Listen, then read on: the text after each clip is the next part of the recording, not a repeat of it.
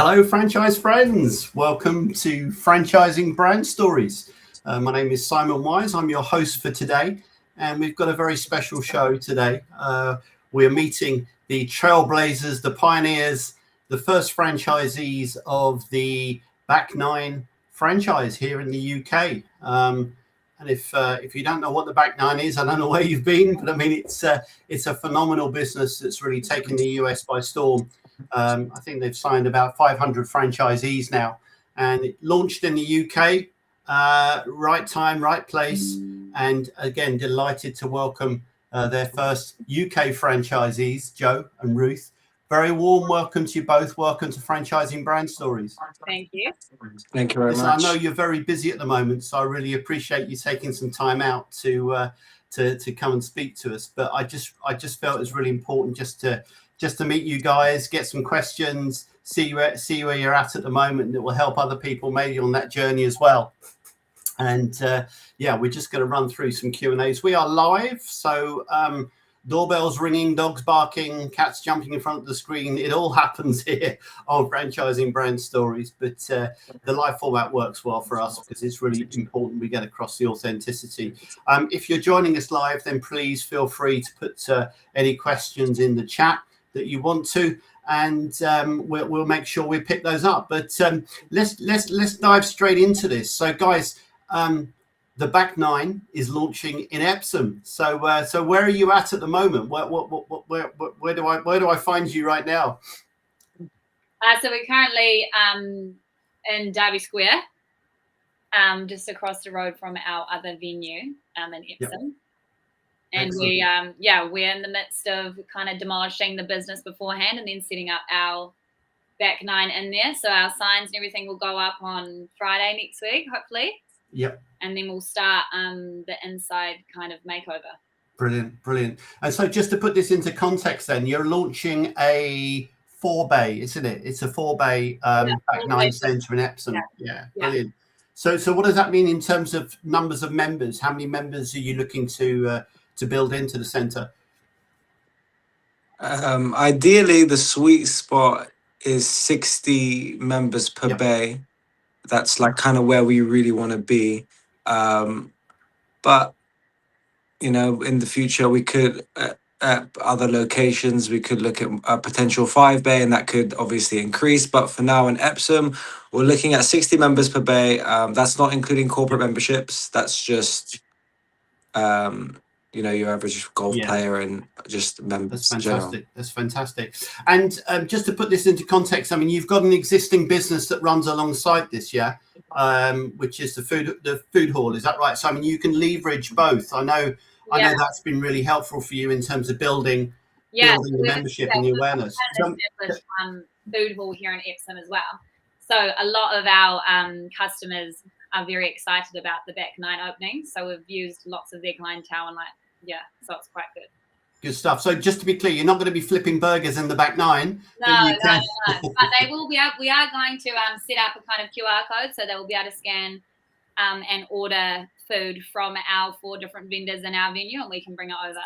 Oh, that's incredible. So I mean, literally, that makes it so much easier, doesn't it? So you're not running with a huge overhead, labor costs, and all that. You can really leverage both businesses, and that's fantastic. And just by way of a timeline, when are you looking to open? When will Epsom be open for business?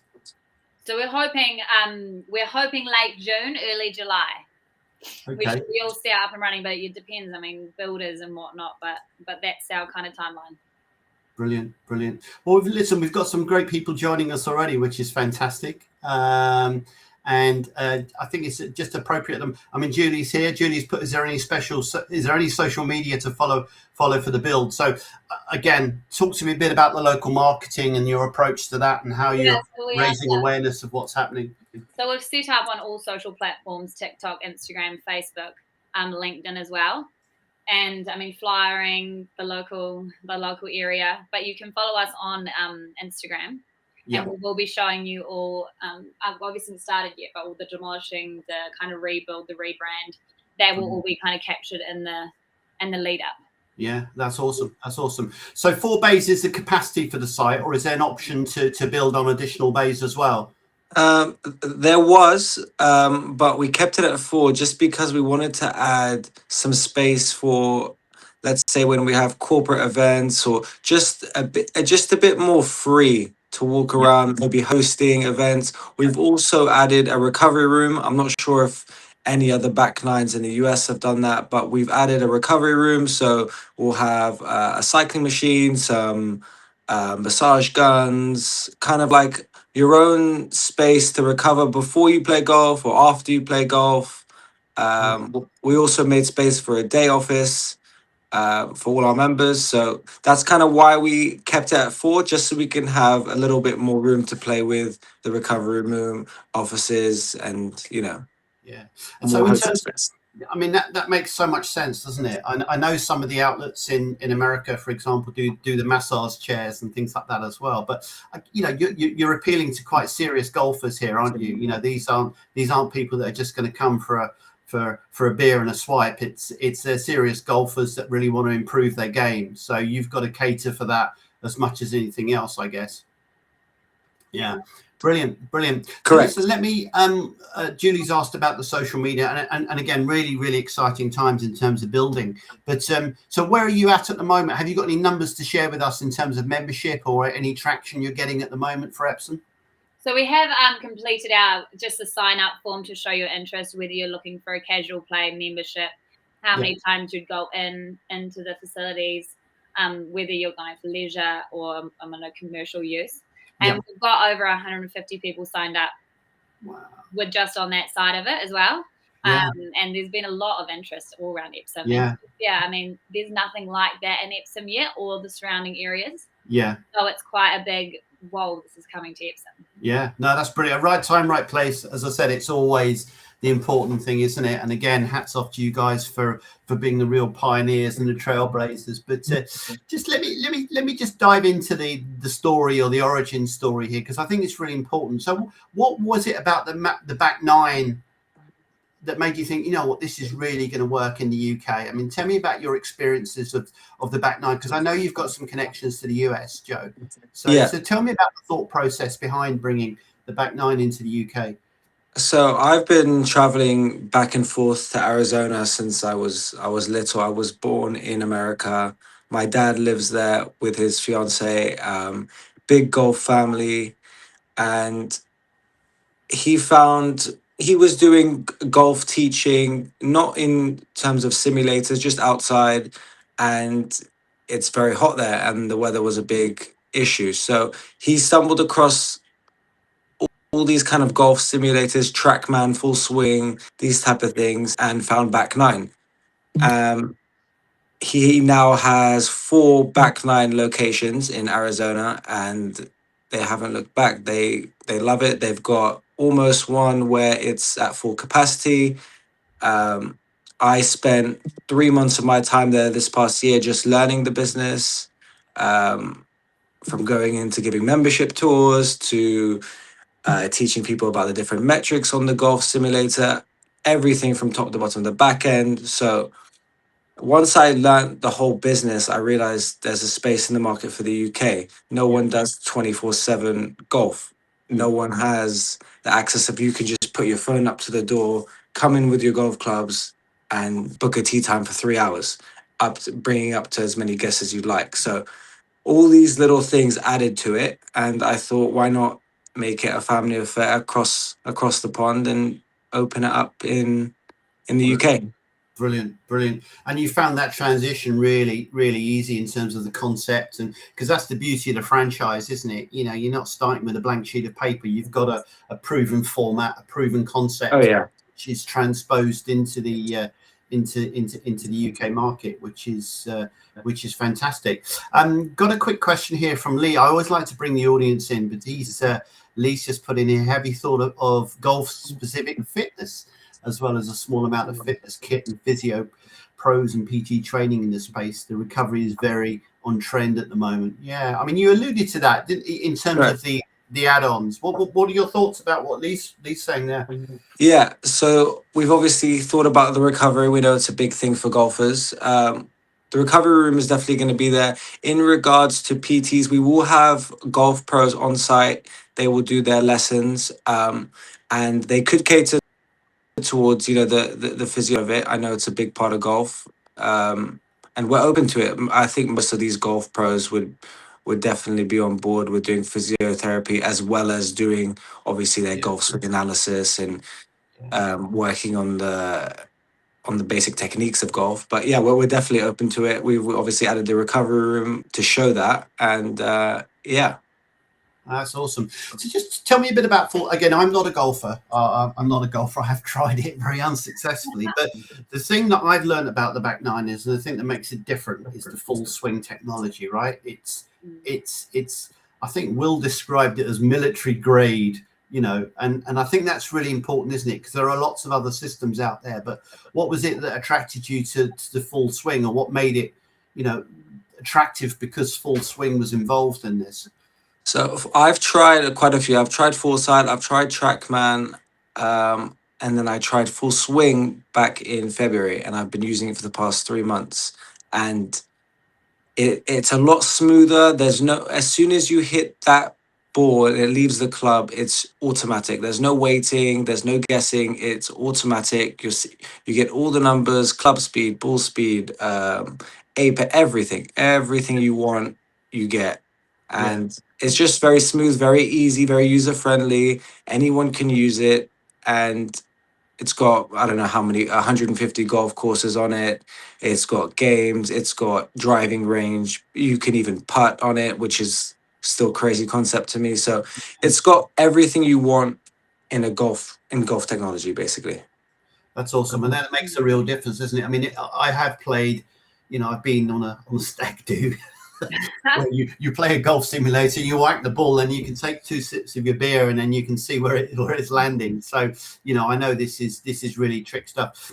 Ben's just put a question in the chat, and Ben, I'm going to come back to that because I just want to get a bit more of the background story, and then we can talk a bit about the future. But Joe, I mean, you obviously knew the back nine very well from the US. But I mean, was there a trigger moment or light bulb moment where you realised suddenly this could really smash it in the UK as well? Was there anything that you can relate? Yeah, I was kind of looking around at just similar businesses in London. I mean, I live in London. I don't know Surrey that well, besides obviously our business in Epsom. But I know that Surrey is a big golfing place. I see a lot of influencers in golf. I see a lot of golf courses. I asked a lot of people about where they normally play. So it's always in Surrey and that area. And I've not seen that many, or if any, 24/7 golf places where you can freely book.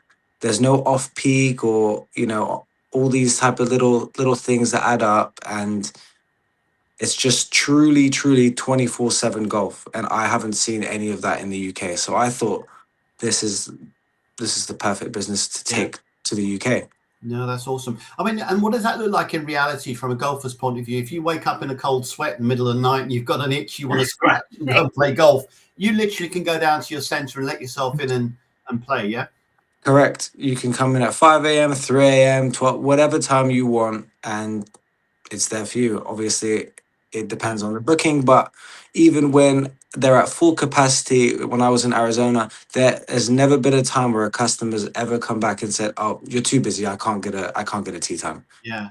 Most of the time, it's free. It's easy to use.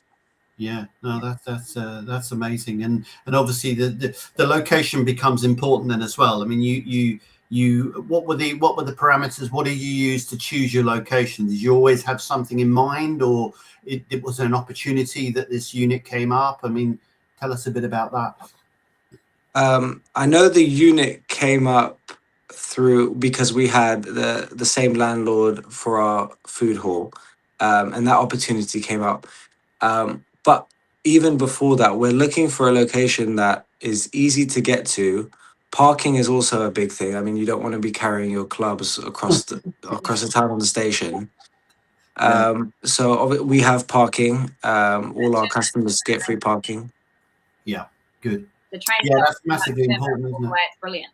Sorry, Ruth, I cut across you there. What were you saying? No, sorry, I was just saying, I mean, the train station's like a 2-minute walk away Yeah. From the facilities. It's right in the heart of kind of Epsom, so it's perfect. Yeah.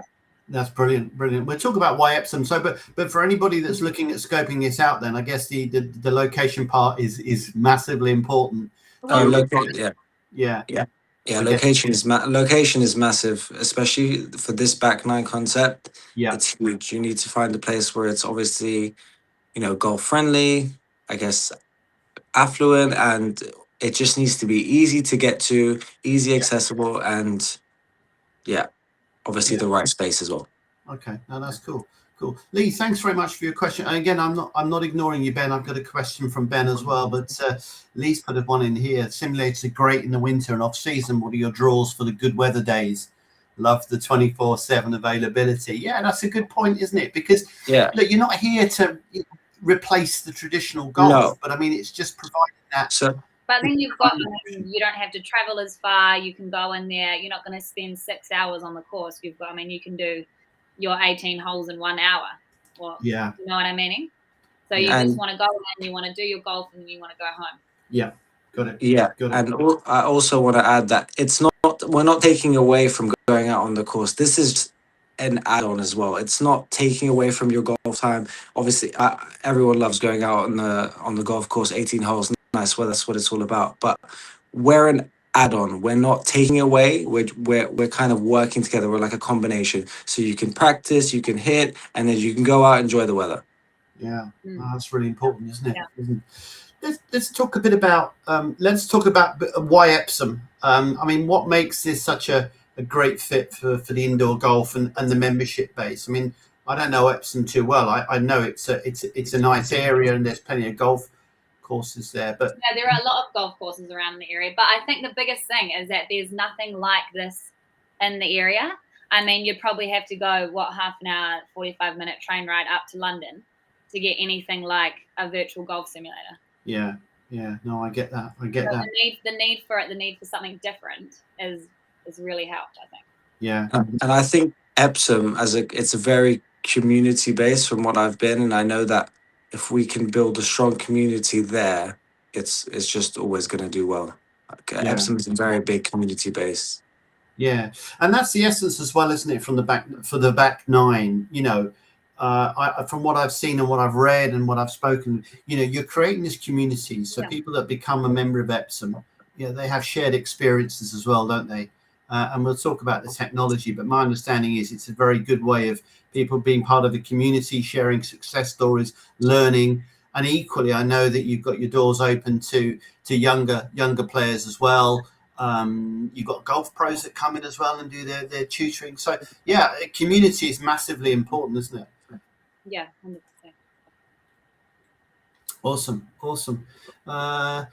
Lee's just said here it'd be good to get affiliations with local golf courses as well. I think that's massively important. As I said, there are some businesses that come in and think they're going to revolutionize and take over and change the world, but the traditional golf courses are always going to be around and what have you. So does Epsom allow you opportunities to open additional units as well, or would you be looking slightly further afield, do you think? I think in another location, somewhere in Surrey, but I don't think. Well, I'm not too sure yet, actually, but I think it's a different location in Surrey. I would say a good 20 minutes drive away, so you get a different type of area. If it's just too close, people will just think, what's the point? I think breaking that up into 20 minutes, 25 minutes away, it just, I don't know, it gives it a different vibe, I think. Yeah. No, I get that. It's really exciting, isn't it? You're building something big in Epsom, which is awesome. You're going to put Epsom on the map as well. No, I agree. It will be great.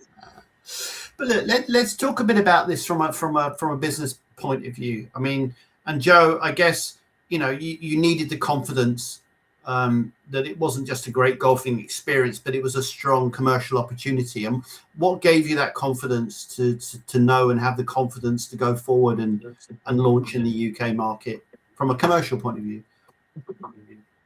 I mean, the brand is great. And when I was there, I just realized how many people are buying into this brand from from just doing like little things, like they have a lot of community events, member events, and once I see that, you know, the overheads, there's not really much, and I see the amount of members coming in. What, I don't know. It's just once I saw the amount of members coming in and it hitting full capacity, I knew that this is a business Yeah. that I can take to the Yeah, UK. good. And as a business owner, you don't have cold, you wake up in a cold sweat worrying about your labor costs, and it pretty much runs itself, doesn't it, in terms of the 24/7 access. I guess you don't need to have somebody permanently in there either. I mean, is there a staffing element that you're going to be introducing here, or what are your plans around that? We're quite lucky that our business is across the street. I mean, Ruth can get there in 30 seconds. So if there ever is a problem, one of us will be there. So, and then in terms of, I don't know, cleaning, we'll have someone there once or twice a week. But these are like things we can work out as we go. But Ruth will be there. I will be there pretty much a lot. I'll do a lot of my work from there. So yeah, we'll be there pretty on site. So most members will see our face. Brilliant. Yeah, good stuff. Good stuff. So let's pick it up now for Epsom and what you're looking to create there. But I mean, yeah, what is it? What kind of atmosphere are you looking to, or are you hoping to create within Epsom, within the back nine and Epsom? We're trying to build a community of golfers, young, whatever. We've got competitions. We're gonna have membership events, membership exclusive events. We're gonna give out merchandise, tournaments to win a bunch of prizes. I know we're gonna do a big grand opening. Ruth is planning to, big it up to the press, and and even the family side of it as well. I mean, Epsom is quite community focused with families involved as well. So we have also included like a family membership as a part of our membership scheme. I love that. So it's kind of been an inclusive space for all. Yeah. But more of a high end wow factor. Yeah. No, I get that, and I love that, and I guess that's what I like about this franchise as well. It's the fact that okay, it is a franchise, and it's built on standardization and uniformity, but you can make some changes, or you can build in some flexibility to your business model to represent where you're at, i.e. in Epsom, and you set your prices according to your local market needs. You can think about the community and aspects of the community where you can really add some value. And I like that. It's a strong franchise, but obviously it's not rigid in the sense that it allows you some flexibility as a business owner and as a franchisee to really go out and be a little bit bespoke as well. Yeah. Yeah, 100%. No, that's fantastic. I think that's great. Look, I'm conscious of time, and I don't want to keep you away from your business because I know you're really busy. But it sounds like it's busy at the moment. So once again, we really appreciate your time and your thoughts here. But we've got some people that will be on the call, and they're looking at the back nine, and they can do all the research, but I mean, what would you say to them about taking the first steps into the franchise opportunity with the back nine? What advice could you guys give to those people that are looking at franchising with the back nine? I think most people, when they think of the back nine, which is somewhat true, is that it kind of sells itself, and there's no employees, so you can kind of relax a bit. But it is a sales job.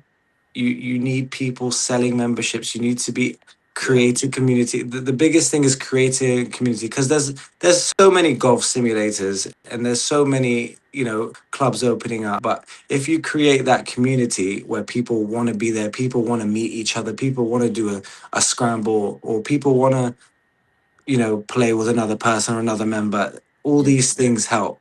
And I know that's a big thing. And also location is really, really key for this specific concept. Location is massive. So those are the kind of things. Yeah, and definitely the lead up, like the marketing needs to be quite on point beforehand to really get your name out there before you even open.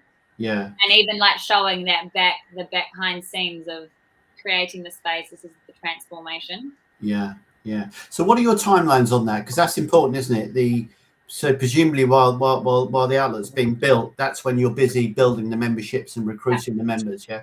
Tell us a bit about that, Ruth, in terms of the timelines and the process for that. So we're hoping to start our selling memberships tomorrow. Ideally, we're just waiting for our website to be up and running. And then once that's gone, we've already done all of our kind of membership pricings. Flyers have gone out. Everything's out in the world. All we need to do is just start selling them. Yeah. Okay. And then they'll be up. We've kind of started advertising from July. We'll be open, ready to go, do a big grand opening. Yeah. We'll be away. Awesome. That's exciting times. Let's get some of our audience involved here, and thank you for everybody for staying with us and showing your interest. And Ben here is the reason I kept it here was because it was one of the questions that I had really.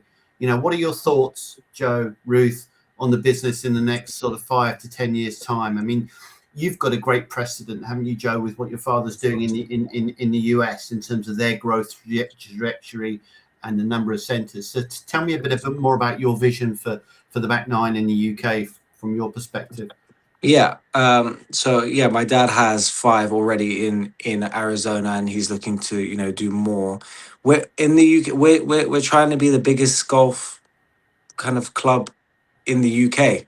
And we won't stop at one. We're aiming to do 5, 6, 7, 8 in the UK, across the UK, not just Surrey, not just London. So we want to really build back nine into the biggest and like the number one golf kind of center or business, and kind of take it over. And I think that's what it's already done in the US. So we've got confidence in that, and we can do it in the UK. Yeah, absolutely. And you're putting your money where your mouth is as well. You're the first ones. I think that's awesome. And I think that's something to be recognized, that you young entrepreneurs as well. So refreshing. It really is. And that's what franchising is all about, really. It's taking a proven concept and replicating it and growing it. And what's the support like been from the guys at Back Nine in terms of your journey so far? That's excellent. Yeah, very brilliant. They've helped us in terms of marketing, in terms of who we need to go for signage.